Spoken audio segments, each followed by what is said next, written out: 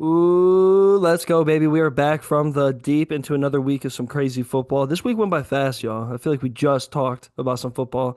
And I feel like we just got hyped about everything going on. Well, we got some recaps for everything, and we also got some different predictions coming up for everything. But we're going to try to stick to the outline format. So if you guys hear us kind of cook really fast or try to figure out our spots, we're trying to be a little more efficient, no more 2.5 hours. This ain't the Titanic movie, dude. You know what I mean? Like, my name's Jack, dude. I ain't letting you guys fuck me over in that shit, bro. 3 hours in, Clark kicks me off the door. All right, so let's go around the room. I want to shout out every boy. And then last week we did favorite unis. This week we kind of touched on this before, but I want to ask the question upright. Let these boys get prepared. Their favorite aesthetics. We didn't have him last week. Eric Wheeler is in the house. He popped in for a short second, like Curb Street style, fucking hauling ass at a parking lot. He was in a parking lot. We said, guys, remember, he's just driving around. He's getting his temps. He's feeling good. But favorite aesthetic, Derek, and how we feeling? Good man, good. TJ, thank you for covering my ass with that last week. I appreciate it. as soon as I I got you, as soon as bro. I got to listen after that first listen, you got me. But yeah, definitely it's in a parking lot. And the parking lot just happens to connect to the highway, it's like a rest stop or some shit. Anyway, so dude for aesthetic, dude, I have a couple different ones. I'll pick one. I gotta go Ray Lewis, bro. With the black visor, the grid face mask, and the arm brace, dude, he looked like a menace, just a demon. I think that's probably my favorite one of all time. And then I had a really random one that came to my mind too, and it was DeForest Buckner at Oregon because he Oh, wore dude he wore number 44. Before. He had the grid face mask too, the same as Ray Lewis, and 44 for an end. I thought was so hard at the time, and obviously just the biggest guy on the field, man. Oh yeah, so those were the two that came to mind for me. That actually, I'm glad you. That's a great aesthetic, dude. As I saw a photo, you know how like when you go on Instagram, like you cut a lot of the photos you had, but you like save them to the Yeah. side. Dude, I had one. I was hyped about the draft when he got drafted, apparently, because I was posting like 5 pics of fucking every minute, bro. Back before there was like an algorithm to this. I'm like, yeah. Like, I'm like showing this dude, like, the shitty edited, all faded out, trying to make it look Yeah. badass. And he was one of them, dude. He looked so crisp. Shout out to him and Armstead, the fucking Oregon boys. They were really Yeah. balling out for a while. You know what, Sir Michael Clark? Look at him. He's tired. He works hard. He's out here grinding, dude. Feeling good. Look, he's shaking his head, bro. He's like a dog. He's hyped, bro. Shake your ass, dude. Man. But what aesthetic are we looking at, Sir Clark? I don't think anyone will ever top fucking Brian Bosworth, dude. I was looking at some other ones. I had LT up there with the face Yeah. mask.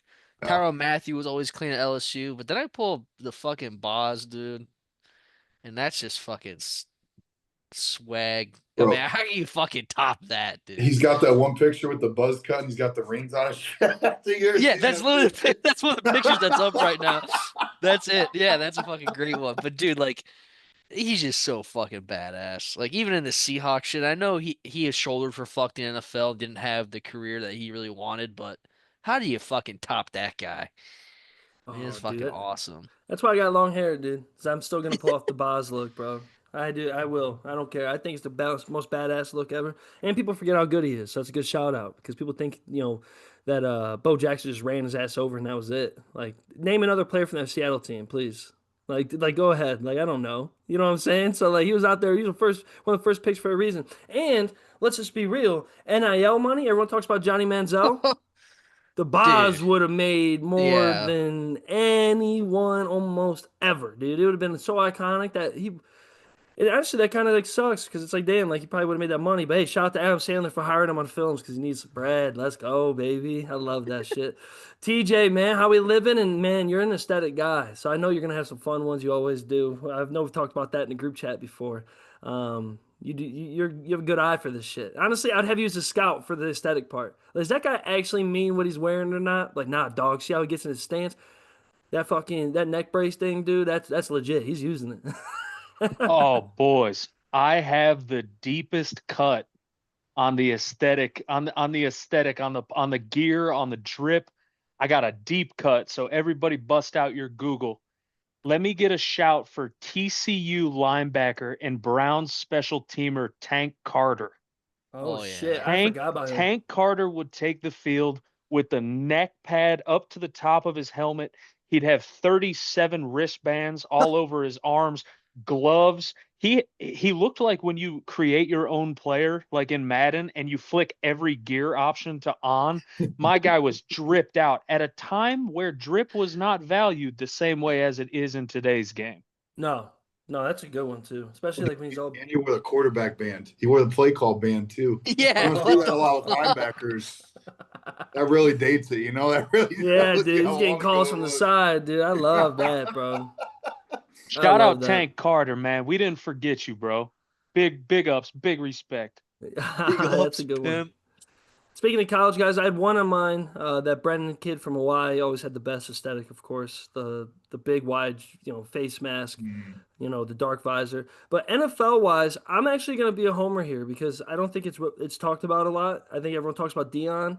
I like the classic wide receiver looks from the '80s, and I'm a big fan of just the way Jerry Rice had the one towel, perfectly white, replaced every other play. Always had the fresh gloves on, replaced every other drive if it got muddy. Oh, and then the little sleeves. Like just a nice little. People are bringing that back now, where like they had that little cut in the sleeve. I just always think that's always so fucking dope, especially when you see him and Dion loaded up together. It's like that shit you live for. And we kind of get that shit today because I think Ramsey, low key, has like some of the coolest looks, especially with his number coordination. He always changes his number up to a good number. I always respect guys that can read the room and get a good number, dude. Like, a real solid one. But bring back like the DBs that are like 45. Like, give me someone that's random, dude. Let me get a random guy to, oh yeah, this guy's from Marshall. Oh yeah, I bet. And he's gonna be a dog. Kids don't play that hard no more, man. That's the end of that rant. All right, let's get into it. Let's push forward. We had NFL recap, a lot of NFL stuff going on. We'll try to go through some of the stuff before we get straight into our teams because we know that we'll just ramble off about anything with that. And give Keegan a chance to show up if he does or doesn't. It's kind of a good week for Keegan not to show up. The fucking Lions did what they had to do, and Oregon stayed consistent. So Keegan's walking on Keegan's got clouds. a big game Friday night. Keegan's clocked in right now. Yeah, he has a huge game this Friday night. Let's go. Beat the Flyers, baby. Let's get after it. It was kind of electric being home last week. Being home on a Friday, I was eating the Berardis in Sandusky. I was like, man, everyone's wearing their pins and stuff. I'm like, this is what it used to be like, dude. This is nice. This is nice. The other side. Oh, swear. I'll dive in quick just with some random stuff. You guys stop me whenever, but I'll just bring up some things if catches your eye. If it makes you think of something else, just bring it up. It'll just be something else that's probably on this list. But I just wanted to bring up real quick, how cool was it, Russell being back, Mr. Unlimited and balling out. That Giants game, Cowboys game was one of my favorite fucking games I've ever seen. And the way they walked off on those field goals was some of the coolest shit that like you just don't see that. We've watched a lot of football. You don't see that, bro. Just loaded up right down the middle. We'll get to that too with what was that? Georgia Tech did the same thing. Just fucking fire drill. Get after it. I thought that was fucking sick. That was a good one. And then just before I just anything catches your guys' eye, I wanted to say I think people with the Chiefs situation because the Eagles game, I think people are jumping on them a little harsh. I mean, they've had some weird games to start with, but at the same time, I'm seeing a lot of stuff when you look at the stats and you look at the different things going on in that drop that Travis Kelce had. This looks ugly, dude. Like this does. This looks ugly compared to what we were used to with Tom Brady and Gronk. Like this looks weird. This don't look good. And then like I'm seeing a lot of Baker love. He had a great game last night. And you compare their numbers, I know situations are different. Pat Mahomes was winning every single one of those games, even if his numbers weren't good. That's why he was always the number one seed going into everything, or at least top two. But fuck, dude, Baker might as well fucking be just as good as Pat Mahomes on an average Sunday, dude. I'll just say that. Like I'm watching that game, and oh yeah, tush push. I finally feel like it should be figured out. That those false starts were fucking ridiculous. Oh, That's they're all I have. egregious, dog. It's fucking Yeah. ridiculous that's even allowed. And it happens every fucking time. Like, how are you supposed to defend that? And I got to be honest too. I don't know if it was just the outrage this time that I finally saw. Dude, I never knew the movement was that bad on that play. Like when I saw it was when people were trying to ban it, I don't remember seeing that as a reason why. But maybe this time they just had the perfect like angle of the shot, and now it seems like everyone's on their side now. Now it's just gonna be like, oh, this is gonna be reviewed like that. Like they're gonna, especially if it happens again, and it will because they just run it so much because it's so successful. But dude, I had no clue that movement was like that with those guards like that, and the center's over the ball, which you can't do either.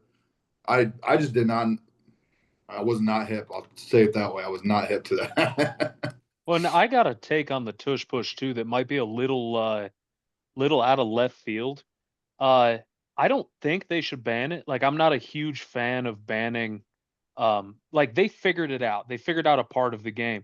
But what you have to do is you have to call it by the rules. Like you have to call the false start. You have to call line of Mhm. scrimmage. Center can't be over the ball, and it might lower, the effectiveness of the play. But also maybe just let the defense push each other too. If you're gonna let Saquon Barkley hump up behind Hurts and shove him through, let Tranquil do that to Chris Jones, and you might see a little bit of a different success rate on the tush push. I'm so happy you said that because I was gonna end the tush push convo with that. I say if you're gonna let these guys fucking haul on the ball and just go early, especially the guards, the center, then let them fucking jump over. Let people get crazy. Let them use another man, like you're saying. Cause there's so many rules on field goals, punts, all that shit. Like, and they'll stop the coolest highlight ever that could change a whole game because of how someone launched off somebody into a field goal to block it. But you're going to let these guys go for on fourth down and every single drive and win every single game doing that? Like, no. Like, if you're going to let them do it, dude, let them fucking all go crazy. Let's go crazy. Let's get wild. Let's fucking, or like, I guess I'll end it with this rant. But if baseball's willing to adjust pitch counts and bullshit like that to make the sport look better, and the Eagles are going to be as good as they are, I think people always look at two different ways. Well, the Eagles do it really well, other people's don't. That's why it's not banned. I get that. But the more that it's in the spotlight because the Eagles are good, the more likely it's probably going to get fucking banned. Like if the Browns were known for doing this, people would think it's the most badass thing. Look at that, the dog pound's at it again, baby, trying to win their like third game of the year, going like that would be awesome. But no, the Eagles are out here like, oh, the Eagles only lost 2 games this season, and they're just doing that on primetime television. That's awful. Fucking awful. And also, I'm getting irritated with the Eagles shit. This is where my Niners blood starts to really boil. It really does. I'm like, man, fuck you guys. Because they're so good, so good. I'll just name off some random shit before we get to our teams. If you guys caught the Colts Broncos games, another good game that had a good fucking kick in it, Dude, good ending. dude. Okay, so I Googled this because that leverage play, I don't care what you think about that call. That happens every field goal. I don't care what you say. That has to happen every field goal. That's been called 50 times since it became a rule out of the over 3,000 field goals attempts. That's like it's 1.6% that call is called. And it just happens that you lose it. It was I almost said we need like a new like segment that's just like the most like Browns way to lose a fucking game. Now that would have won it this week Yep. because it's just like a flag you haven't heard of. It was called 4 times last year apparently. I was surprised to hear that. But there's been multiple seasons. It's only called like twice. Like out of all the field goals for a full season, 1.67% of the time it gets called. And plus it was light, dude. It's not like that dude almost blocked the ball or anything. Like it was a light push. It wasn't like he two hands and like hawked over him. But yeah, just while you were talking on Denver, I had to get that on that Denver game because I thought that was crazy. Crazy, dude. And shout out the Colts, man. Fucking balling. Fucking Indiana Jones. I Yeah, know. man. I think I can't remember if I talked about him at all, like preseason, but like really glad to I always thought he had a chance to be a good quarterback. He showed some flashes and like it's cool to see he's found his footing somewhere and is succeeding. I always thought he was an interesting prospect at quarterback with his weird speed and shit. He runs like Matt Otto does, dude. That's what he reminds me of. Working around on the field Shout out out there. Matt Otto for the one Yeah. time, man. Yeah. Swear to God, shot him out. I mean, he can move too, dude. Like he's a fast Fuck dude. yeah. And He's also, fast as hell. leave it to the Colts to just find another weird gem. And I can't help but think like this has Carson Wentz spelled like spelled all over it. Like this is kind of gonna be kind of like that one day.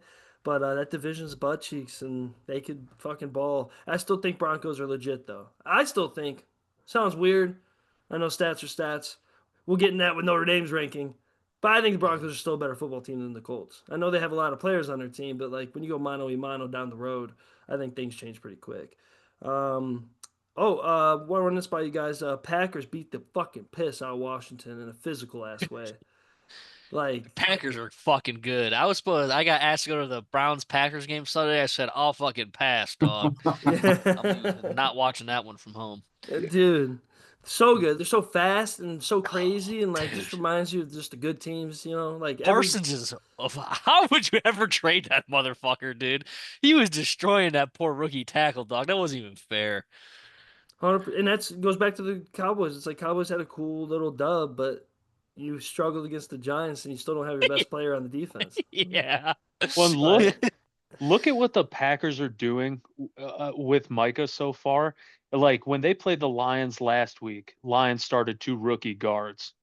And they're like, "Oh, cool, 3rd and 10, rookie guard. Check this out, Micah. Slide to one tech and run a twist on the inside on these rookies. And so they're moving Micah around anywhere on the line and torturing whoever's the weak spot. And I swear to God, probably 15 times throughout the Packers Washington game, Jaden Daniels would get the snap, take his drop, get his head up, and Parsons is already right in front of him. He's running from Parsons the whole game.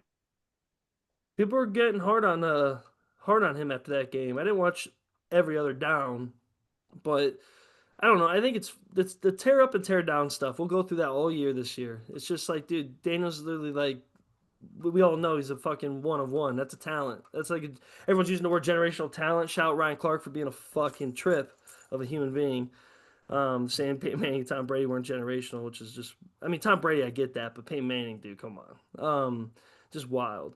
Um, let's keep pushing just so we get ourselves. I know we're gonna get all fucking hyped. Dude, Steelers. I never thought the Rodgers would be the best part of the team. If you watched him, Yeah. like he's literally the best part of the team. Like he's the only part that seems comfortable and the team's ass. And like I saw James Harrison talk on his pod recently, like they just can't stop the ball. It's not the same Steelers team, which is ironic. They finally become a different type of team in the off season, maybe to push them through. And now I watched that Steelers game. I was like, this ain't Steelers defense. It doesn't even feel like it. And Cam Hayward's got on my fucking nerves, dude. Like I know he's a good dude and all, but like his whole situation with his brother, I don't know if you guys have seen into that. It's just a Mhm. very interesting thing. And now he's like getting in the middle of it, telling people to stop talking crap. It's like I get that. I mean, I'm my brother's keeper too, but y'all are getting too corny too quick for a usually Steelers get corny by week 12. You can't get corny by week 3, 4, dude. Like, like they need some goddamn fucking. I can't even say some of this shit. I got meds in me. Dude, on Uh, Rodgers, like Rodgers to me right now looks like those like a heavyweight boxer, in their 40s. Like they say the last thing that goes for a real puncher is the punching power, like George Foreman in his 40s could still knock out a horse. And Aaron Rodgers, like even in his old age, I tell you what, that wrist don't go out of style, player. He's throwing the ball like a spring chicken, man. I couldn't believe it. It was jumping out of his hands. And listen, I don't like the guy. I don't like the Steelers, but I I can't help but think like that might be the best thrower of the football ever. Not the best quarterback ever, but the best ball ever thrown. amen. It I, just s- seamless. I stand by that, dude. Actually, man, I saw some kids arguing about Matt Stafford versus Pat Mahomes. I was like, what, hold on. Like, it's more like Matt Stafford versus Aaron Rodgers if we're talking pure ball throwers. And I love Pat Mahomes, but there's dudes out here that can fucking sling. Even last year, say what you want about the Jets being a dumpster fire. The one thing that always looked good at a Jets game when I'm watching that red zone, because I ain't watching that shit live, dude. No, no, I'm watching that red zone. But like when every good play, every like beautiful moment was just him just flicking the ball. Even if it's like a 5 yard dump, it just looks just so quick, so easy. And he's 40 some years old, man. I just think it's funny. It's like, damn, I thought he was just going to be able to fit in like a little piece. And now the Steelers might be the reason why he can't walk away with nothing. And I never thought the Steelers would do that, bro. It makes you really think, man, how fucking good was Ben Roethlisberger, dude?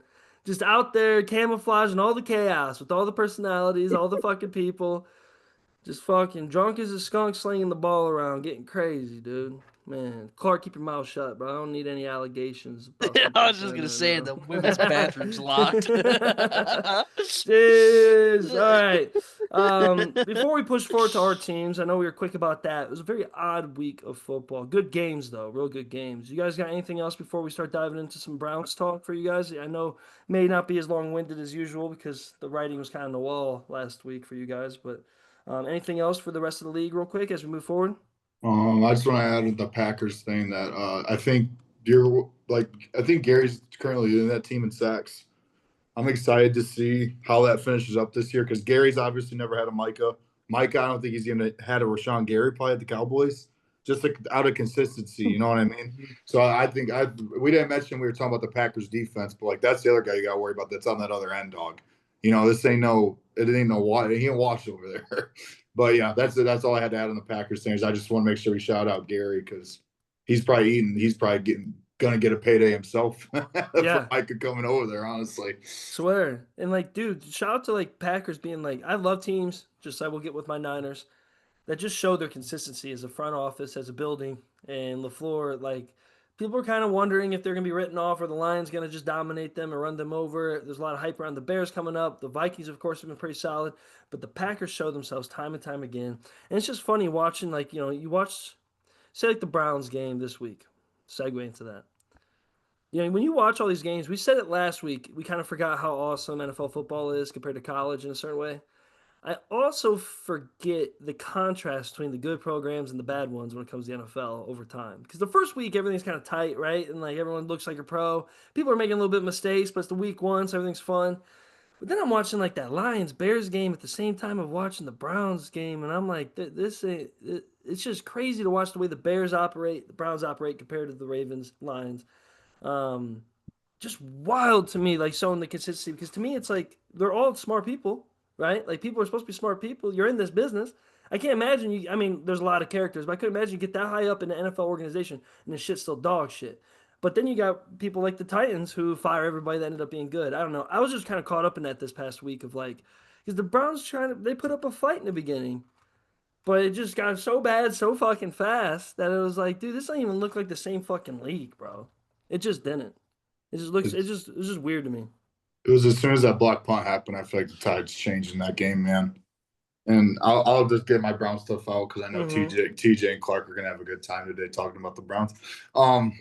Dude, they will not fix anything with this offense until this offensive line is playing better.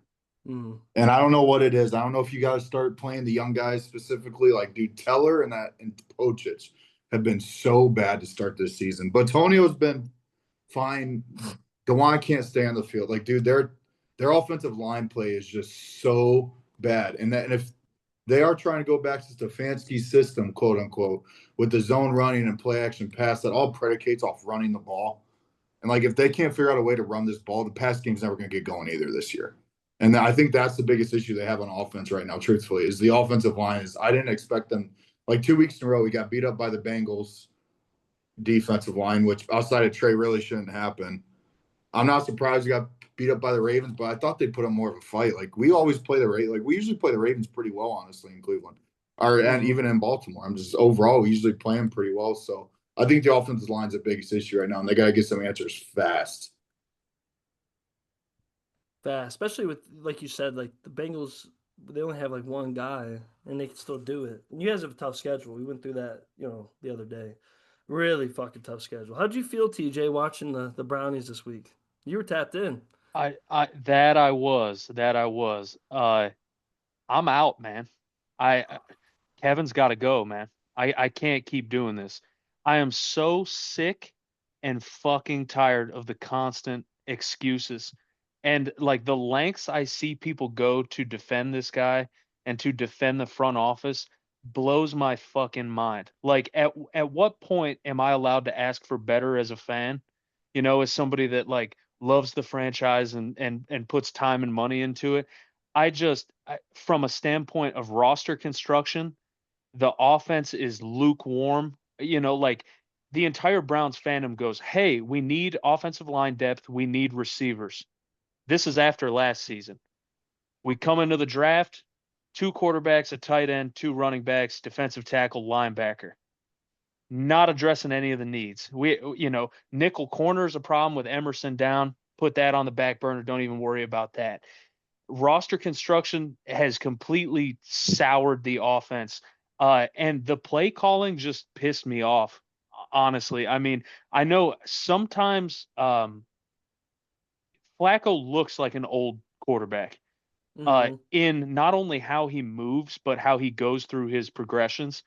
It's like a very slow, like plodding kind of play. You know, you watch guys play like last night. I watched Josh Herbert play snappy, first read, second read, third read, ball. You know, and us throwing the ball, 40 yards down the field, 3 plays in a row for third and on third and 10 is it's just not working for me anymore, man. And it really upset me the game. Like on a good note, Judkins looks like he could help out, but like Eric said, I think the offensive line's so far gone that I don't know how much ground Judkins can make up.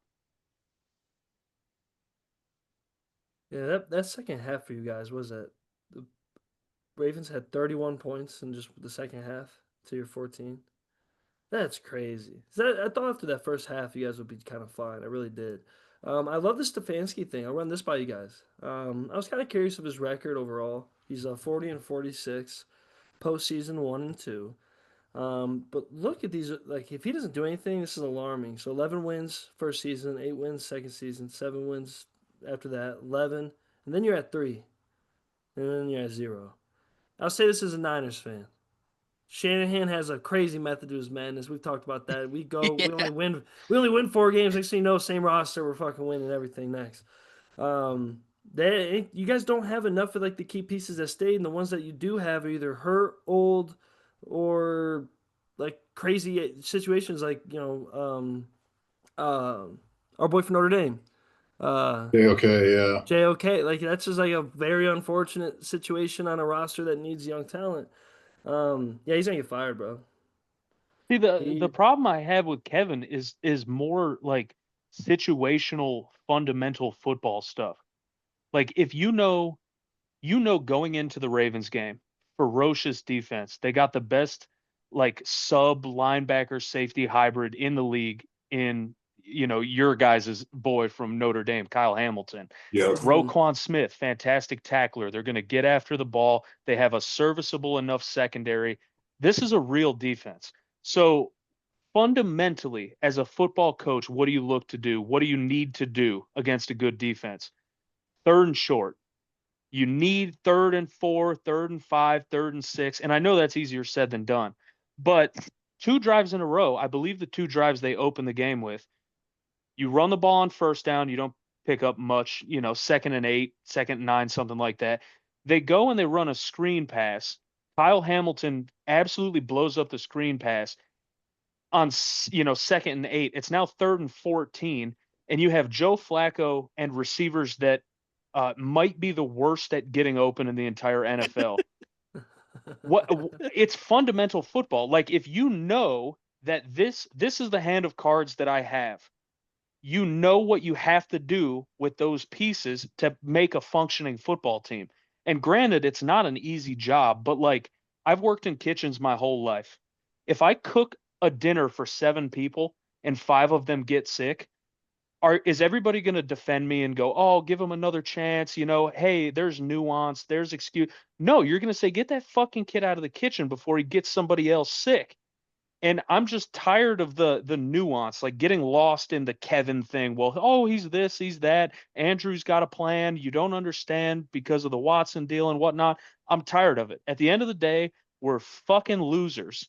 There's no if, ands, or buts about it. Win column, loss column, we're fucking losers. And it frustrates the shit out of me to watch on a weekly basis. And I knew it was going to happen. I knew it going into the season that this is how the season was going to look. And it still fucking pisses me off every Sunday. You go through the whole process to draft to this point, and then to see that product on the field.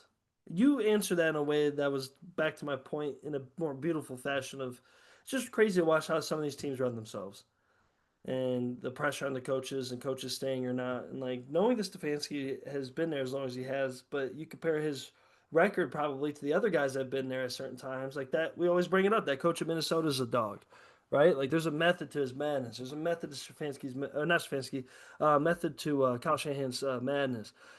Kevin hasn't done anything. And I think that stone face he has saved his ass this whole time. His way of just win or lose, he's just, oh, yeah. It's like, oh, everyone loves that, but it's just crazy. It's fucking crazy. Clark, what do you got to say after that beautiful rant by TJ just of couldn't say any better of getting into this season for the Browns.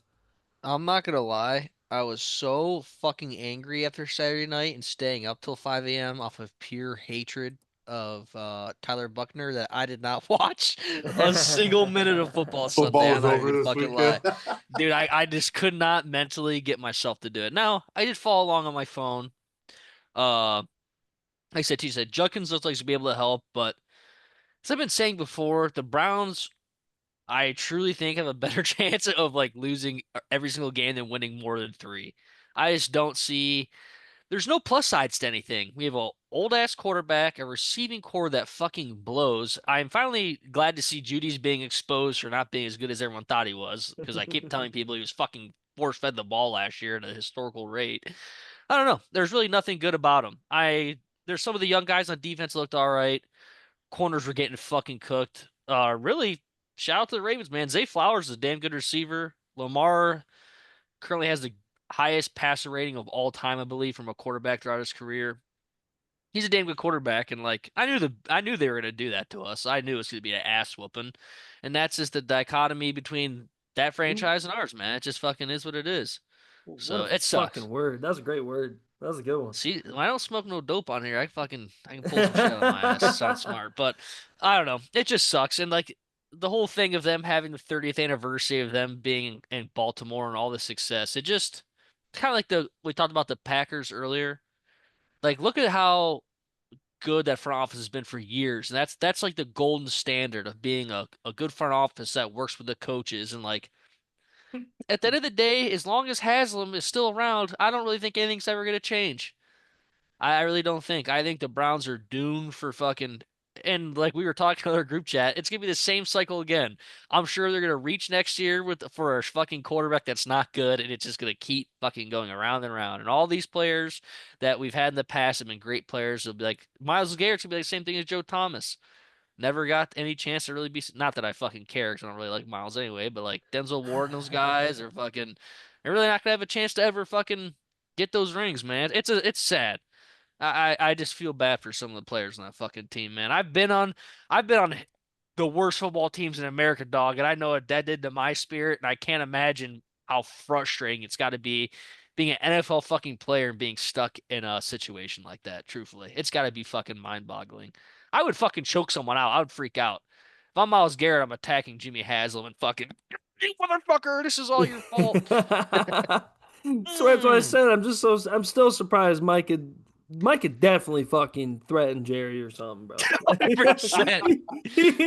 He fucking he like now, oh man, he fed him some truth real quick. Jerry changed his mind real quick over that handshake. I mean, it's either two ways to do it, right? You either do it the way the Lions did, and you build it up from the ground up, and you Yeah. draft well, or in my opinion, you do it the way the Bills did. Bills always had a good roster, even when we were younger. People kind of forget that. Even the EJ Manuel days were weird with Tyrod Taylor, but they always had a good roster. All they needed, very similar to the Browns, was a once in a real generation talent, and Josh Allen, who showed us that he's a fucking man.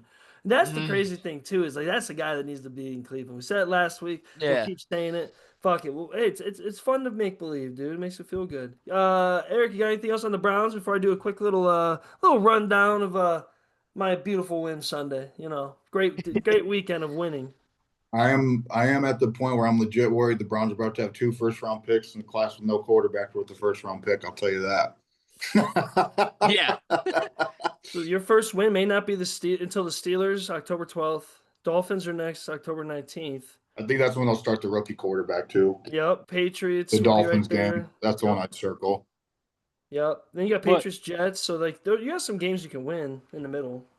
I heard on a Browns podcast I was listening to, I believe yesterday, that Browns are on an 8-game losing streak, and over those 8 games, they're averaging 13 points a game. Now, I know since preseason we've had like Miami and New England circled.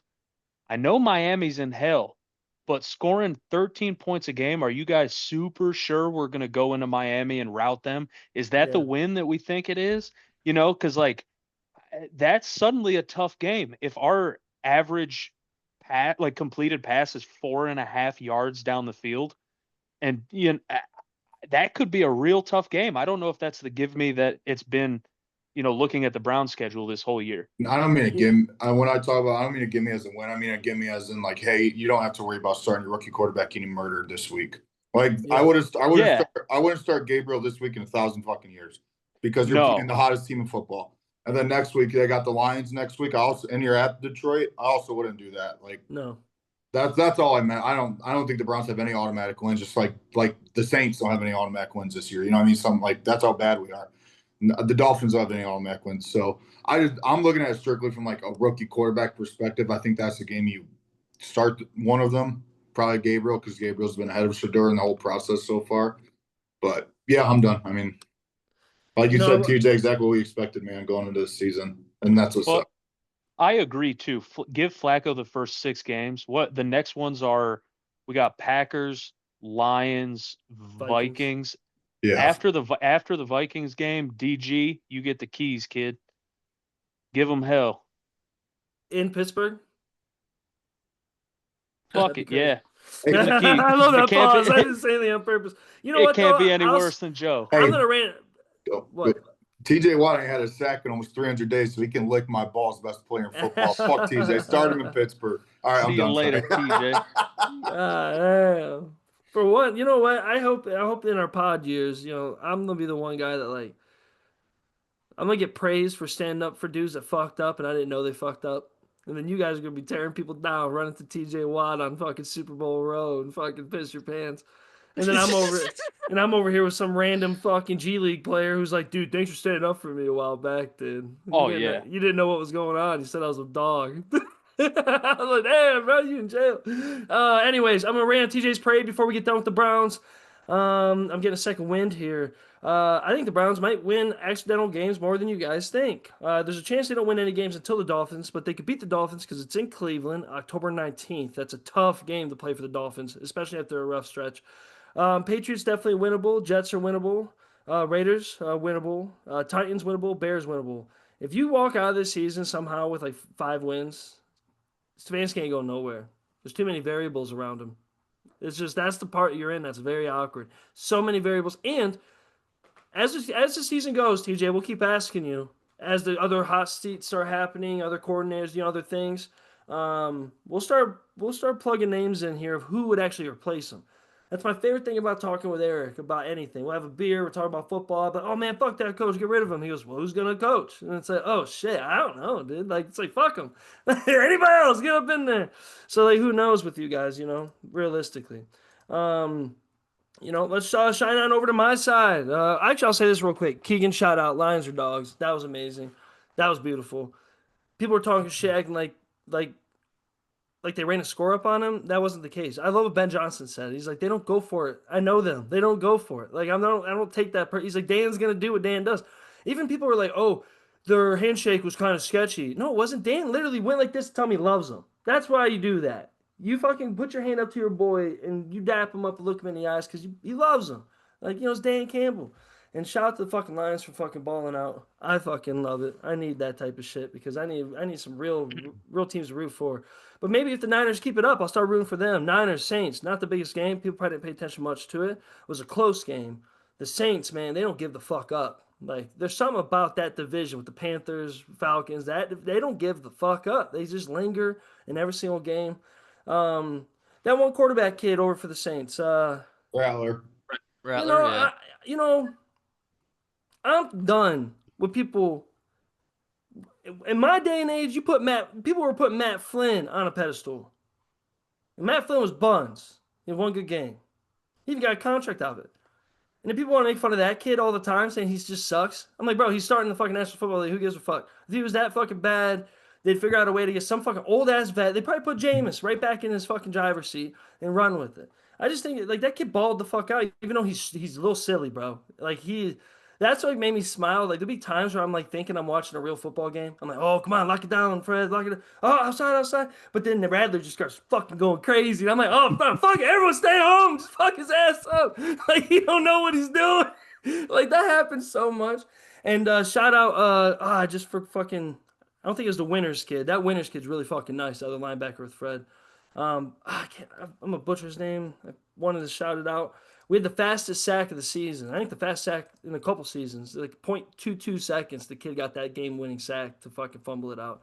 And that's the shit that gets me hyped. We were talking about that a little bit in the group chat. I felt that a lot in the Niners game of like, you know what, even though we're mediocre in a lot of different ways, and we're winning the game though against a bad team, but we're mediocre in a lot of different ways. It's awesome to watch your DNs just go to town and just be like, fuck it. It might be a third and fucking short, but he might make me jump out of my seat, and that makes me feel fucking good and easy to watch. But other than that, Mac Jones, shout out, dude, balled, and like you could kind of tell why Shanahan liked him, which I thought was Hmm. sweet. And I'm really happy with how Seattle played because they played us really tough, and the fact that they kind of ran with it against the Steelers showed me that's all you can compare off at this point, right? So I'm like, we ain't as bad as you think, baby. And with the Rams kind of be struggling at times, we ain't as bad as you think, baby. I told you, wild card. And also, quit giving Chris McCaffrey the fucking ball, please. Stop giving him the ball. He's Madden money. Just like, just stop. Dude, I swear to God, it was like the first fucking couple plays into the game. Next thing you know, they did a little dump off, and he's just grinding on the ground. Achilles working in overdrive. I'm watching his whole foot bend, and I'm like, damn. Speaking of foot bending, we got to bring this up, boys. I don't know how I fucking forgot. I had it written down. I think it was in the miscellaneous section of some random ass shit. Joe Burrow, dude. If you actually looked Yeah. up that injury, that's a gnarly fuck. He literally shattered his foot the opposite way. Oh, Toast. That seems toast. Turf And toe ain't like, a good name for it, bro. We gotta start changing the name of this and make people realize how fucking serious this shit is. Turf toe is just something that sounds so unserious for an injury, and then it's like, oh, Joe Burrow can play till December because of turf toe, and you're like, turf toe? Like it sounds so easy, like to fix. Like, oh, dude, and I I, feel fucking that sucks. That sucks for the Bengals. And I love that you say that because as the Niners fans were freaking out about Purdy, they're like, "How is he already out for turf toe?" And it's like, no, like he had the same thing happen to him, but he's only out for a few weeks. Burrow's out for 3 months, dude. That's how big this could happen. Like, let the boy be out. I'm always a believer that NFL players are NFL players. Sure, rosters are all different. Look at the Browns too, with like you're wondering with Dylan Gabriel and shit. But it's like, you know what? We're all in the NFL. If motherfuckers are hurt and it's week 2 of an NFL season, sit his ass the fuck down. Mhm. That's the point of being a good GM office. That's the point of being a good fucking scouting team. That's the point of having a good fucking staff and a good head coach. Put the other fucking guys in. You want to know why fucking guys like the Patriots could do for so long? No one got fucking hurt. And when they did, they had someone run up in there. that's why you invest in depth. That's why depth Yeah. is so important. So when a guy goes down, you bubble wrap him for 4 to 6 weeks. Mhm. Hey man, week 10, hey, sit your ass on the Aerodyne for 6 weeks. We'll call you then. Yep. Don't even travel with us. Just sit the fuck down. Go home. Get comfy. Work with your other personal trainer. You'll probably be more fit, probably in better shape, probably fucking feeling good. Fucking don't fucking give me. Oh, it gets the Saints too. I'm like, and then like the other thing that makes me laugh about the NFL is that the NFL, yes, every game matters, every given Sunday, right? But when the Niners won that game, they acted like they just fucking popped off for the NFC Championship game. I was like, brothers, like it's okay. Fred Warner's like, "Yeah." I'm like, hell yeah, bud. Well, let's go to next week. How about this? Let's just get past that. That's all I had to say with that. And then Joe Burrow shit, man. People are talking about should Joe Burrow want to leave? Should the Bengals move Burrow and all this other crazy shit? I do like the comparisons with Andrew Luck, though. I think we are witnessing that kind of. But I don't know. Okay, I came with some stats, but for some reason my shit wasn't working. If you look at guys like Terry Bradshaw, Jomo, John, Big John Elway, Dan Marino. Even Dan Marino, good example of having a lot of success early on. Boy, those boys got hit so many fucking times, dude. We're not counting just sacks. They didn't count pressures back then. Sacks were just now being counted after like the 80s and 70s. Like, so like you're getting smacked all the time. Like, that's why like people are like, Joe Burrow's crazy. He needs to retire like Andrew Luck. I'm like, not everyone's a fucking scientist like Andrew Luck. Some guys just like to play fucking football and they understand that their shit's gonna get torn in half. They're gonna do their best to win a goddamn Super Bowl. For anybody to think that Joe Burrow and the Bengals separate each other at all is fucking crazy after all this investing. I just want to say that. I know that it's kind of ironic when you look at like Deshaun Watson, right? Everyone wants to get rid of that contract because he ended up not being anything. But dude, Joe Burrow already made the Cincinnati Bengals tenfold of the fucking franchise that they ever were. I bet their fucking value is so much higher than it was before they got Joe Burrow. Just overall, that's why they're able to get like fucking complexes and different things. I don't know, I just think it's crazy, but I feel bad. I mean, that's what you get though. You don't, like we said, you don't get to pay everybody. and then not really invest and like keep that offensive line sturdy. And also, someone fucking yelled Joe Burrow. Why are we still going under center and shit? Just put his ass in shotgun and let him sit there. And Joe Burrow's always bouncing around. Quit bouncing around, you grown ass man, bro. You ain't got cigars in your mouth at 20 years old no more. You got fucking stretching to do, dude, and you out there fucking bouncing around. Fuck, dude. I think, I don't know. Sorry. End of that rant. I just see that shit all over the place, and people are just absurd about their takes. Just absurd.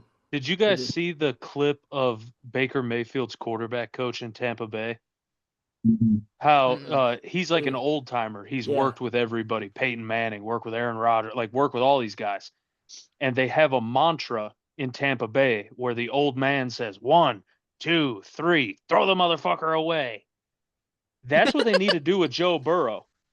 Joe, if you ain't see Jamar running down the field or you don't see T. Higgins along the sideline, 3 seconds, throw that bitch away, man. We can't have Joe getting hit like that. He's playing like we play Madden on like all Madden. You know what I'm saying? Like, because you like if you're waiting for the deep, the cheat routes, you're gonna get fucking smacked. Like that's what you're gonna do. It's like that's a video game. Yeah, shout out to fucking Baker Mayfield, dude. When he got up after that injury, bro, and fucking stared. Start talking shit instantly. I wish the Browns had a quarterback like him. Fuckers.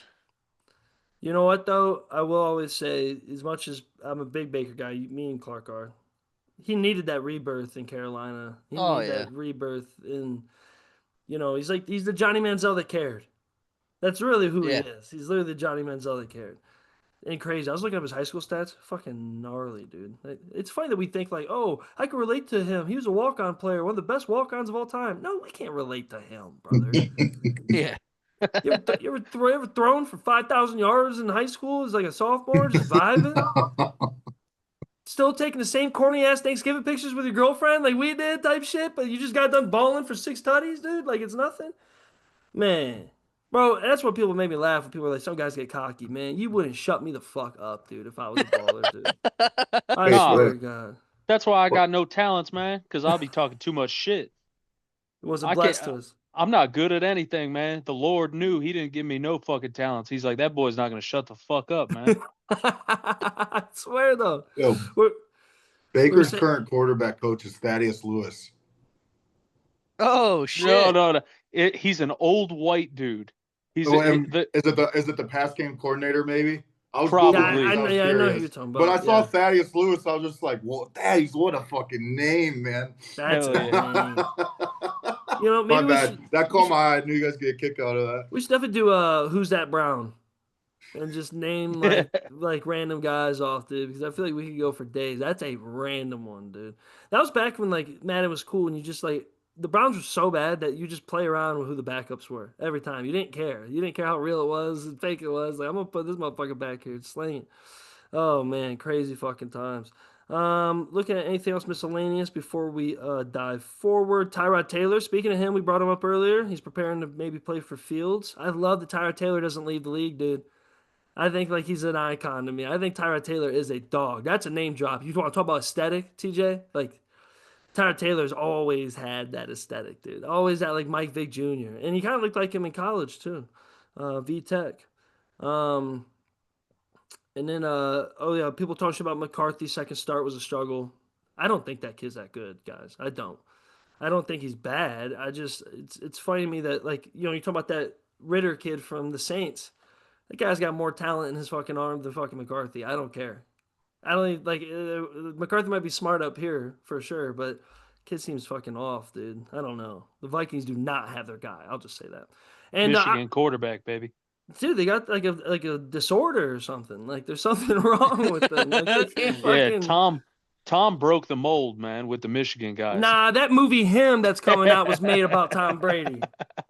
You look up Tom Brady, someone put a fucking lamb right in front of him. He chopped that bitch up, gave his family up in the whole 9 yards and started winning some fucking tutties while fucking Bill Belichick looked just like this sitting right next to him. Didn't say a word because he already did it. And like they out here getting crazy, dude. I was looking up this cool ass fucking thing about Tom Brady today. It's like a bunch of slides of like his career and just how like unique his start was, right? Motherfucker was buns, dude. How you buns and then you fucking sell your soul to look that fucking pretty at this age? There's something wrong there, dude. I'll just say it, bro. Tom Brady, come talk to me. You cheating too. You fucking owner of the Raiders still sitting there in the fucking press box. What is it? I'll say this. I usually don't pull any type of card like this ever, but I think it's ironic and makes me laugh as the comedian I am. Replace Shadur Sanders with Tom Brady, shit pops off, dude. If Shadur Sanders was a fucking part owner with some money he had, bro, sitting there with the goddamn thing, people like get this, but bro, we were talking about fucking Michael Irvin came sitting the sidelines without being judged, dude. And fucking Tom Brady's up there, and Tom Brady's one of the worst commentators of all time. Oh my God, he's buns, dude. Give me fucking Joe Buck instead of him, bro. I don't give a fuck. Anyways, I'm done. Oh, sorry, that's my Tom Brady. Everyone's talking about him too. And then Jalen Johnson went out. That's a sad one. All right, let's push forward nice and quick. Is there anything coming up this weekend for matchups? I could just shout them out really fast, just so that we're just like anybody has anything to say. We have Dolphin Bills Thursday night football. I just think that's just gonna be a fun game to watch Allen just go for like 400.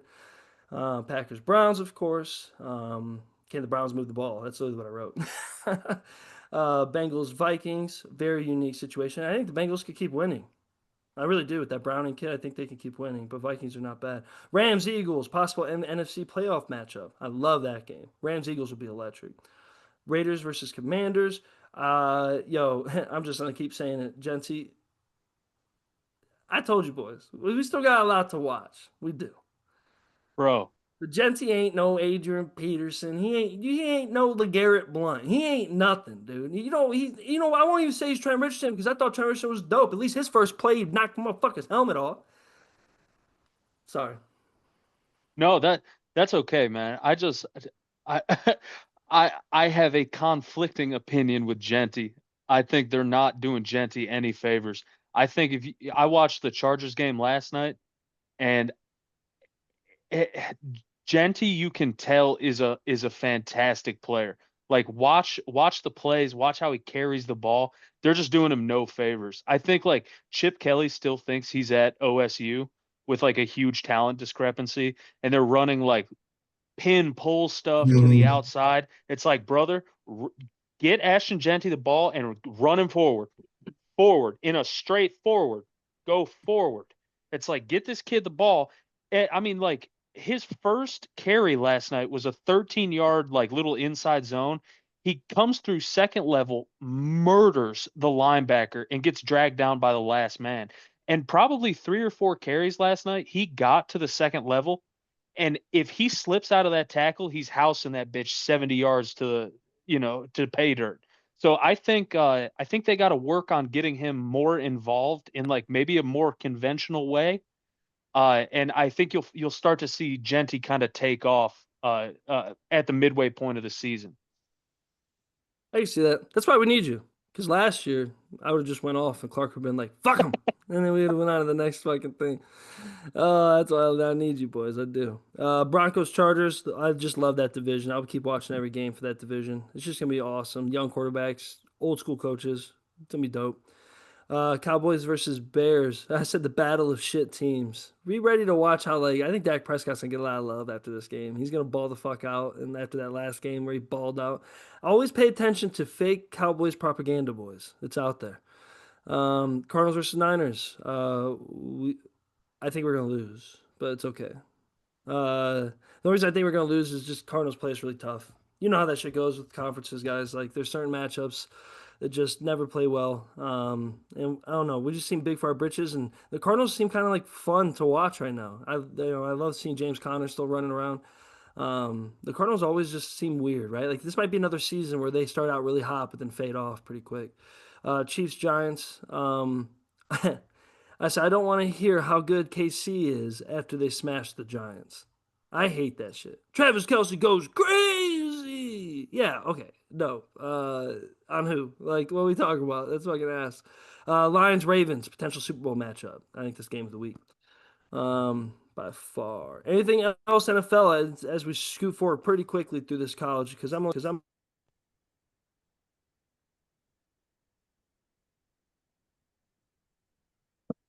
Could you hear me? Hello? Yeah. You went out there Oh, for a second. You're good oh, I now. Oh, thought that was my. I thought I lagged. I was like, No, oh I was. shit. That's why I was staring. I was waiting to see who it was too. what was the last thing you heard? Any more Uh, estimates? If we had any more to add to that? yeah. Fuck him. I didn't college football. Yeah. uh, I just will dive in real quick of just some of my thoughts. If you guys have any, whatever. College football is pretty broad. And anything we don't touch, I'll just yell it out at the end. Probably should have done that with the NFL more. But Georgia Tech Clemson, I thought was pretty predictable, and it's kind of wild to see Clemson struggle because I thought they were gonna be really good. I love seeing Dabo. Actually, I'm not a big Dabo Sweeney guy. I can't stand him. But when he's like, "You gonna fire me? If you gonna fire me, fucking do it." He's like, "I'm not." He's like, "I'm not old. I'll go somewhere else and win." Like that's hard, bro. Like that's how you know you got that fucking program on lock when you can openly tell the media, "What are you gonna do? Touch me?" Like, say what you want about like even Ryan Day. If he started talking like that at OSU, there'd be a lot of fans with some problems with that. Like if he lost a couple games and said, "What do you do? Fire me? I win games." They'd be like, get the Okay. fuck, yeah, get the fuck Yeah. out of here, dude. You ungrateful bitch. This is the Buckeyes. Fruit Loop team, bro. Shit, man. But I thought that game was fucking hard, dude. I love a good fireman drill, especially at the end. You know, very rarely I see Emily jump out of her seat, but she thought that shit was electric. She was, I don't even know what happened. How'd they win? Like it was fucking badass. Bad fucking ass. I'll run this by you guys. I just unless you guys have thoughts with those ones, but I wanted to ask, and we could just get the ball rolling. Should Penn State still be number two after all these games? We'll get into more ranking stuff, or should we just not care about the rankings because everyone's gonna play each other? Yeah, I'll push. I don't. You know, my God, the way I look at this, I don't care about AP shit. Honestly, it doesn't matter here in a couple weeks anyway. So Yeah, Yeah, I think that's valid, really, because I mean they're gonna have to play Ohio State, and I think they play Oregon pretty soon, don't they? So we'll see. That'll be like their real first test beforehand, and see how that goes. I don't know. I always think Penn State's overrated to fucking begin with, but who the play fuck Oregon knows? next week. Oh, sweet. So ooh, we'll know real fucking soon then. hell yeah, we will. I was gonna say this with that: is LSU the best other team other than OSU? I hope not. I know, Fuck me too. Brian Kelly. Me too, but man, they got some dogs, and there's some about their Yeah. speed and size. No, not a lot of teams remind me of them other than teams like Ohio State, to be honest. And Yeah. Georgia still was. We'll get Georgia Tennessee was weird, but at SEC games are tight. You're playing in Tennessee. I mean, that shit can happen to anybody. Yeah, I don't know. The LSU things like Led Lag have 5 picks. Bro, if Ohio State had 5 picks, you better be winning more by 10. I don't, and especially off a Florida team that hasn't been hot. Yeah. Like I thought LSU was going to beat them by a lot more than 10, to be honest, Mm-hmm. just because of how rough Florida's look. But I mean, maybe they are. I mean, they play Ole Miss in 2 weeks, then they go to Vandy, A&M, Bama. Yeah, we'll know. Yeah, we it's, definitely. it's Yeah, I just love seeing Galloway struggle. It's like karma for that fucking league we were in together.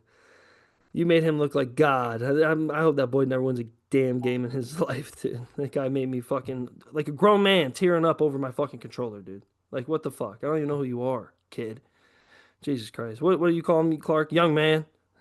Oh, Young man. man. Other than LSU, do you guys have any other teams in the top that, like Georgia, who else other than Ohio State is some of the best teams in the country if AP polls don't matter? I think Georgia's earned a right to be up there for sure.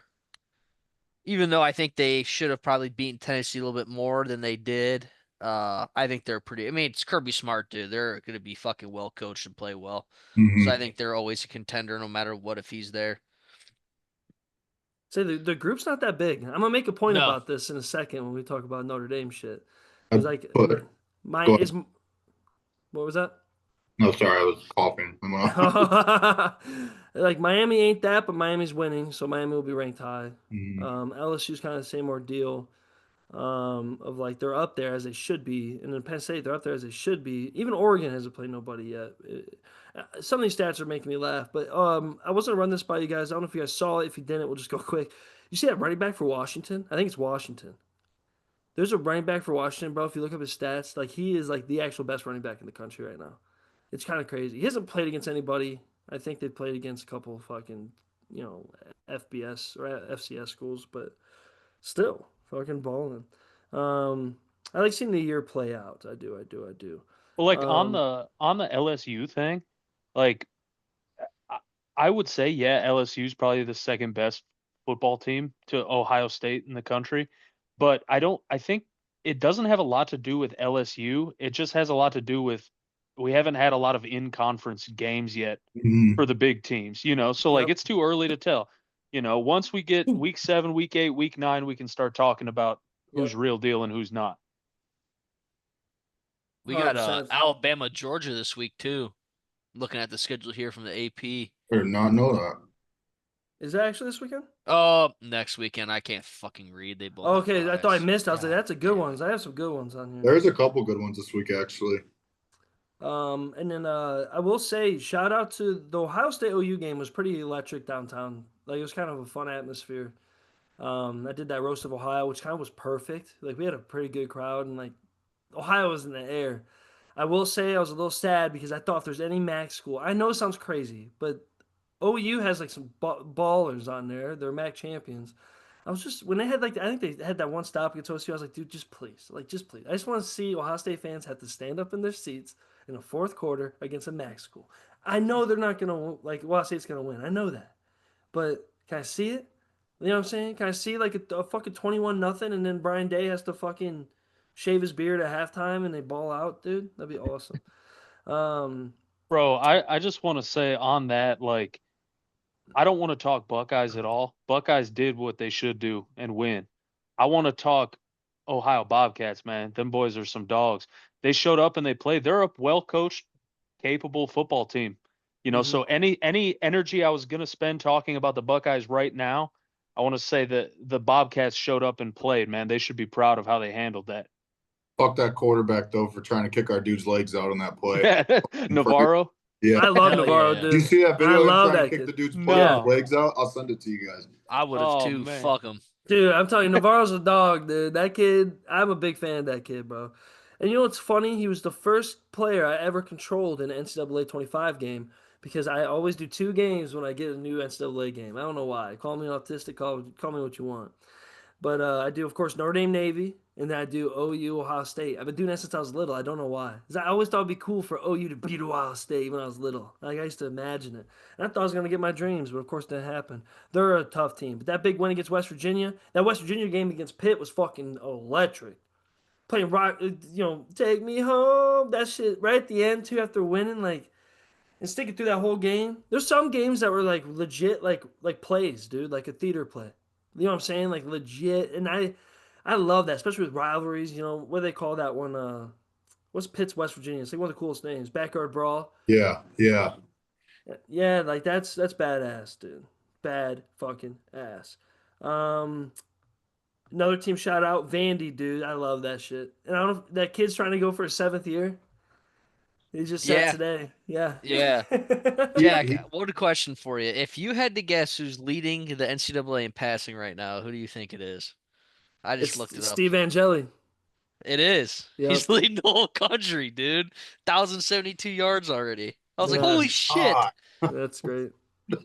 It's fucking dude. You know what though? Like, but I'll compare it kind of like when we brought up McCord last year. And I remember yeah. like even like Eric would be like, nah, I mean fuck him, like whatever.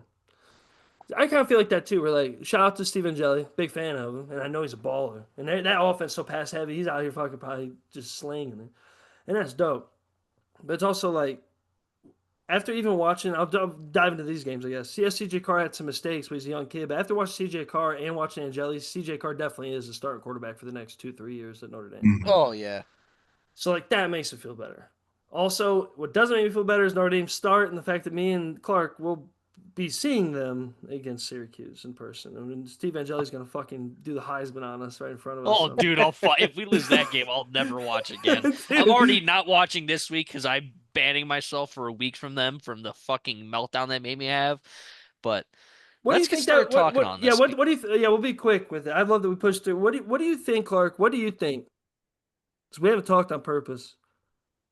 What do you think is the number one issue on the team, just overall? Because I think I know there's only one answer after a while when you look at it, and I think people don't want to realize it. But what do you think watching the game? What do you think is like just the problem when you watch it? Compare last year, especially. Well, for one, and I don't know, I was talking about this with my one buddy, Jake. they they don't seem to have the sauce they had last year. Something is fucking missing. I don't know exactly what it is. Like even look at the way the boys rallied around Leonard last year, right? And like ended up being a big fan of his. He's not even half the quarterback that Carr could be, truthfully. Like Carr's a damn good quarterback, but like even defensive, like where is the fucking killer instinct? That fucking receiver, Craven, break his fucking neck, dude. Hit him over the middle and fucking ruin his game. Please do something. Like it was just so fucking frustrating. I have to watch Christian Gray get fucking burnt on a crossing route or deep route one more time. I'm ripping my TV off the wall and smashing it to a million fucking pieces. Play some cocksucking zone. We don't got the fucking guys for man coverage. It was so frustrating to watch that shit happen, dude. And two, the biggest problem is that fucking Tyler Buckner still has a goddamn Notre Dame jersey. Quit the fucking team and go to lacrosse, dude. Get the fuck off the team. Who the fuck let him on there? Let him play practice squad fucking quarterback and have fun. Get him the fuck off the team, dude. I didn't even care. I didn't even feel bad for him crying on the sidelines. Fuck you, cocksucker. Handle the fucking. You have one job. Handle the fucking snap. It's not that hard, dude. Oh, it was a big situation. It's this. Spin the ball a little bit, let him fucking kick it. I didn't feel bad for him. Why do they keep showing his face? Because he's a fucking prick. He fucking sabotaged us, that motherfucker.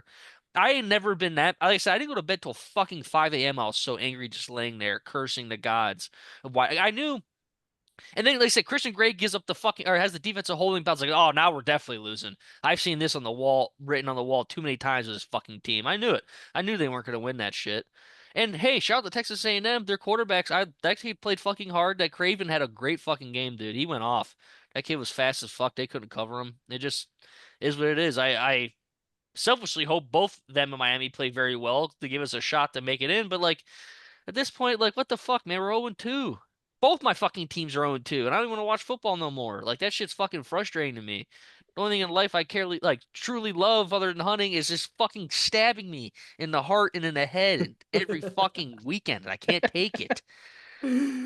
Oh, that's you know what, dude. That was perfect. I'm glad you went first. I'm glad you went first because I think the missing juice. I'll answer that quick. It's Freeman. I think Freeman has a hard time compartmentalizing being that motivator and being the recruiter that he is. He's having a great recruiting time right now. He's really Yeah, successful, and I think he kind of lost. I think he thought. I think Ryan Day was in a very similar position just recently, where yes, you have this machine that you've joined and helped create more of. That's the crazy part about blue blood teams is there's already a machine there. Now it's your turn to use that machine the right way and then build your own on top of it. That's how you do. Nick Saban did it in Alabama. Urban Meyer did it, bringing his style to Ohio State, all that shit. And I think he trusted the machine a little too much. And I think Brian Kelly was the same fucking thing. That's what made Brian Kelly fail. That's why Yeah. you can never push the envelope to get past that Notre Dame, what the haters Notre Dame think of him, just being a little bit slower, a little bit smaller, a little bit softer in certain ways. Always having a good linebacker though, and a good dog, and like that's always gonna happen. Good lineman, like that shit will happen. But it's also like I think he needs to get back to the meat and potatoes. And also, they're great teams of. Not everyone looks good. I was trying to make that point earlier. Where like not everyone looks that great, and like TJ said, there's a lot of ball still. So for the people that are pissed off, Notre Dame's still ranked. Of course, my style of ranking shit, if you listened to the pod last week, I think you should be related on merit right away because I think it will make smaller programs look better right away, even though things will even out. I think it'd be cool to see like an undefeated USF be like number 2 or some shit consistent. Like we all love that stuff. But like at the same time, going off of that, it's like, yo, the eye test in college has always been a thing. Hell, most of the championships you've ever heard of before the BCS era and things like that were all who they thought was the best. And no one ever actually played a championship game for the majority of college football history. So like this has been a thing. And if you pair up, I don't care. I know we have different holes in the team. I know we got issues. Why are we running man when everyone's getting hurt too at DB? It's a hard situation. But you line us up against fucking 20 of those other teams. We just talked about who's like the best up there with Ohio State, and we're talking about LSU. Line us up against LSU. I bet you it's a close ass fucking game. You know what I'm saying? So like, why wouldn't we be right there? And we will run the table. And thank God for Clemson. I kept thinking that teams like Clemson fucking up and like Georgia's Tech will sooner or later fuck up are gonna make Notre Dame hop and skip right into that spot at one of the higher seeds. And I don't give a fuck. I don't care if we play a away game. But back to the game plan of things, like, bro, like those coordinators are buns. Those are some of the worst coordinators I've ever seen, bro. Yeah. I hate Tommy Reese. Bring back Tommy Reese. Please. Like, he might be the head coach of Alabama next, dude. What are we doing? And we got these fucking losers, dude. And like Freeman don't even, he's like, I've been worried about the offense more. No, motherfucker, that's why you were hired that way. Hire a guy that worries about your offense for you in a way where you don't even have to think about it like you're supposed to, and then go be the defensive mind you are, like Saban did, like Kirby does. Sure, we might have some holes in offense randomly, but fuck it. It's better than having one of the best running back rooms in the country and then not using them properly at all. And then when you do use them, like you guys are sending, like fucking CJ Carr's literally standing like a fucking freshman. No one's talking to the kid. This is all Freeman's fault. That's my point. It's all Freeman's fault. Bro, I got a couple things on ND real quick. Like, I feel for you guys genuinely, and I mean that as a man and as a friend. Like, that was a brutal fucking game to watch. Yep. A couple things on ND. One, real quick on CJ Carr. I like that kid. I like how he plays.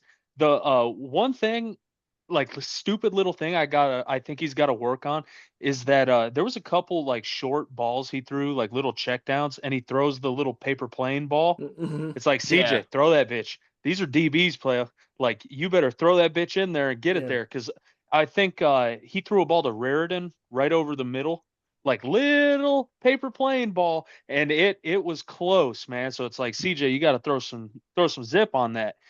Second, you guys talk about man, like Notre Dame lives and dies by man coverage, right? Uh, the issue with that is like, they always say, what's man's best friend? Man's best friend is a dog, right? You need some dogs. So if you're going to run man, you need some dogs, and that's pass rush, baby. And ND doesn't have the kind of pass rush that you need to constantly sit in man. And no matter what, when you have a player like Marcel Reed that can extend the play with his legs, get out of the pocket, no matter what happens, when the play breaks down, man coverage breaks down as well. When you're guarding guys instead of responsibilities, people get lost in the mix when things start to get, out of structure. So I I really I don't understand the love for man coverage. If the corners weren't as good this year as they were last year, I don't get why they're not changing it, especially if they're not getting anything from the front, like the defensive line. So it's the defensive line. So if you look at it this way, we lose Ben Morrison early last year, best DB we had. And then we had Xavier Watts over the top with Schuler. Xavier Watts, shout out to him. He's actually balling pretty well with Atlanta right now. If you guys haven't seen, like, he got a pick and shit. Love that. But anyways, and then when you lose Ben, then you got Moore, and then you got our boy Christian Gray. Moore being like one of the best rated DBs ended up being one of the best after he replaced Benjamin Morrison. Looked at as one of the best DBs right now. He's been hurt pretty much this whole fucking time on and off because coach literally puts him on. He rotates like he's on whoever the best guy is because of this man style. And then Christian Gray, yes, he fucked up last year a lot, but he ended up showing a lot of good signs and balled out, got a lot bigger. People said he's getting faster and everything. He looked like a grown man now. He's supposed to be just as good. So if we did that last year, running man with that shit, why wouldn't we do that more regularly again? Well, here's the problem: you don't have the Xavier Watts. Schuler plays like an asshole. Schuler got a. Schuler is the same kid that didn't take that Miami kid's head off when he was like stretched out, but you get a targeting penalty because you're just out there trying to run around. Fuck you, kid. Like I love you too. Like, I think he's a dog. So like when you have that problem with the missing factor, the defensive line, we had Big Riley Mills last year, dude, who made everything different, and then you had fucking Jack Kaiser right in the middle. Both guys, number 1 and 2 in Notre Dame history, the most games played in Notre Dame history. Those two right there, and they made the whole ship go around. And when I went to talk about Freeman, Freeman thinks he still has the same union workers that he had before. Is the way I would call those boys. They were real union workers. They didn't care about the glory. They just made the whole difference. And we don't have those guys. And then Bowman's he's nice, but like I don't know where the love for the man thing came from, other than just Freeman. He's been doing it ever since he became head coach. Even when he was D coordinator, he didn't do that. He did it, but not like that because Brian Kelly didn't let him. You know, so like it's just gay. Sorry, it's gay leprechauns Well, everywhere. it's probably really easy when you have like top talent at corner to go like, oh, don't worry, you guys got it. He's been Like, spoiled with that. yeah, don't Yeah. sweat it. But just hey, just stay with your guy. But it's when the plays extend to 6 seconds, 7 seconds, 8 seconds. Then you get in the Notre Dame game late routes across the middle of the field where guys just get lost. Or just adjust to the talent. Don't play Texas A&M like you're gonna play Navy. If you Mhm. want to run Yeah. man and be wild on it, if you want, even against USC, a team that you know and you play every year, or certain rivalries, sure. If you want to fucking hunt, play your man because they're ready for it too. That's the point of rivalries that are dope. Cool, but you're playing Texas A&M and you're playing Miami, and they're fast as fuck, and you still want to do the same thing, dude? No. Running zone don't matter. And I want to say this, Clark, because you said it. How fucking perfect is it that it was fucking what's his fucking dick that fucking dropped it? Oh, Fucking. but yeah, it was like karma. This kid's Just been times a around for flat circle. years, guys. He's been around for years. He used to be a starting quarterback for a while. It was bad. Left the team, transferred, played for our lacrosse team for a while, transferred, came back as our practice squad guy. Not even on a QB roster anymore. He's been helping with the fucking kickoffs, apparently, and field goals. And I couldn't believe it was his face. Like when you texted it, I was like, I can't put. There's no way. That's a curse. That's fake. Yeah. And he looks exactly the same as he did 6 years Yeah. ago. Hasn't aged a fucking minute. Mother. Oh, sorry. That was rough. Anyways, I know we're pushing time, so I want to push it. You got anything else on that, Clark, with this fucking Irish? No, just is what it is, dude. Run the table, baby. I've been in worse situations. I was around during the Jimmy Clausen years. This ain't even near that bad. We still ranked. And that's why I think we're gonna end up making it in. They're gonna hold that ranking thing, I think, to us, and it's gonna look good on paper. And then those idiots that do the playoff. Notre Dame makes a lot of money. I hate to say it, the haters are gonna be loud here soon when Notre Dame makes it with Oh three yeah. losses one of these years. Oh, dude, yeah. If they reach through this year, it's gonna be back to everyone hating them again. Yeah, fuck it. Auburn, Oklahoma, top 25 matchup. That'd be dope. Tulane versus Ole Miss, upset alert. Tulane's pretty good. Um, Michigan, Nebraska, upset alert. I think Nebraska could be really good against Michigan and kind of knock them in the mouth. But Michigan's played some good talent compared to Nebraska, so we'll see. You see people are already trying to make Raiola like the dog now. Like that's so crazy. People have been calling them apartments instead of Yeah, Mahomes. dude, apartments. I love that. Purdue Irish, same bounce back game as last year. We played Purdue after we lost against Northern Illinois and beat the piss out of them. I think the same thing will happen again. South Better be Carolina. 170 to nothing. That's what I hope, bro. I hope it's so blown out I turn it off that way. South Carolina, Missouri, big SEC implications there. I think two ranked teams now. They're supposed to be. Florida, Miami could be a good game, even though Florida is still just buns. Illinois, Indiana, game of the week. I think that game's gonna be pretty fucking dope, especially because they don't have to play anybody else yet. They're gonna look like world beaters. One of them will. Mhm. One of them's gonna slingshot forward if they like play really well compared to the other. Or if they both play out well, it's gonna look good. Michigan State versus USC. Michigan State's undefeated, I think. So who knows? And I think USC's buns. I think they have a good quarterback and a good situation, but I think USC's buns. So, carry on. Is that what they say? You're a Be big careful. USC fan right now, buddy. You better root for him. I hope they better ball out for sure. Just not against us, dude. And you know what? Fuck that. Michigan State shout out, dude. Big Michigan State guy. Big Michigan State guy. You guys got anything though as we cruise through? Thank you everybody. I was kind of sick, so I appreciate everyone's patience. This is the most energy I've had all day, so this is pretty dope. Your Mama's show, September 27th. Um, Head out to the cash contest this Friday, going down at the Attic. I will not be performing, but in a couple months I'll be performing at the championship round of all the champions of each month, which would be pretty badass. And just like the Miss America contest, I'm gonna have June on mine, baby. And we'll walk across there with a fucking dress on and get fucking crazy, dude. Nah, I'm not doing that. I listen to the Cat Williams podcast. Don't wear the dresses. But anyways, that's what I got going on comedy wise. Catch me. Actually, I'll be at the Attic tomorrow. Sorry, I'm sick still. So if you see me tomorrow, don't go to my show tomorrow, to be honest with you. I don't know what I'm going to say. I really don't. But you guys got anything before we get off on this beautiful evening? I'm good, boys. Nope. All No. set. Rest up, Jack. Jack's been on death's door, man. He stepped up for our listeners. Had to put on a show for you guys tonight. So we appreciate you, Jack.